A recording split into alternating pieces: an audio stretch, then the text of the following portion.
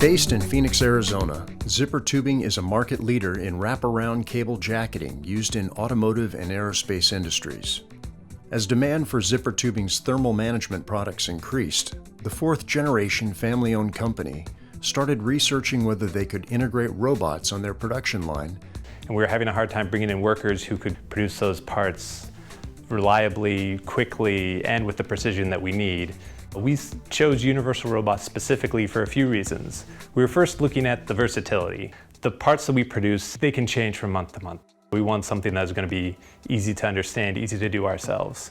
We were looking at safety, was a very important concern of ours, and then also was cost. We wanted something that we could integrate ourselves. That would save us a lot of money.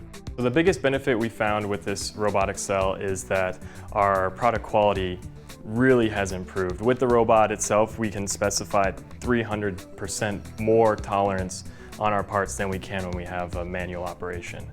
The other benefit is that our customers are seeing this improvement as well.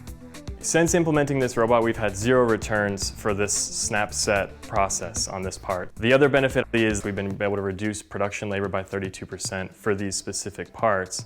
To implement this robot, the first thing I did is I reached out to Seth, our imposition representative. My obvious fear is that the Universal Robots are a robotic cell that is difficult to program and work with, and I had no experience doing that. My background is chemical engineering.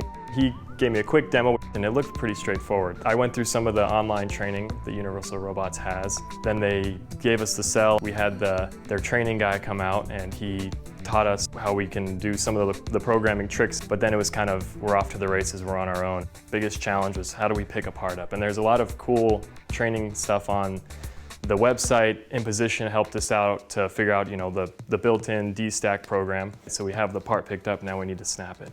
That was very simplistic. That's a simple latch lever, so we just wired that up to a relay. We implemented a vision system into the robots. The really tricky part was how do I get the robot to talk to the camera and who's in charge? So learning about the Universal Robots, we actually were able to make that essentially our PLC. So the robot is the brain. It sends out all the commands and it takes in all the feedback. The big next step is the risk assessment. We want to make sure that a person can't hurt themselves. Most of our applications with Universal Robots are pretty much handled by the customers. We're able to spend usually about a day with them, teaching them the robot, and from there they're able to kind of go and iterate on their own designs and design the cell. If this had been a traditional industrial robot, it would have been much more difficult for our customer to implement it by themselves. Bringing in the Universal Robot has really allowed us a lot of flexibility. We wanted to have something that we could quickly change out tool heads to accommodate different parts. So we ended up going with the millibar tool changer that we found on the UR Plus website. The benefit is the quick changeability and the adaptation of the tool head itself. We want to even look further to other operations that the Universal Robot can handle. Specifically, we want to do sewing. And for that operation, it's going to be a little bit more difficult because we're going to want to do snaps and sewing with the same robot, with the same tool. But I think we'll be able to get the sewing project figured out. Our Zippertubing family extends to Asia and Europe as well. Our Asia facility is totally manual, and they'd like us to build them some of these robotic cells to help them meet their production demands as well.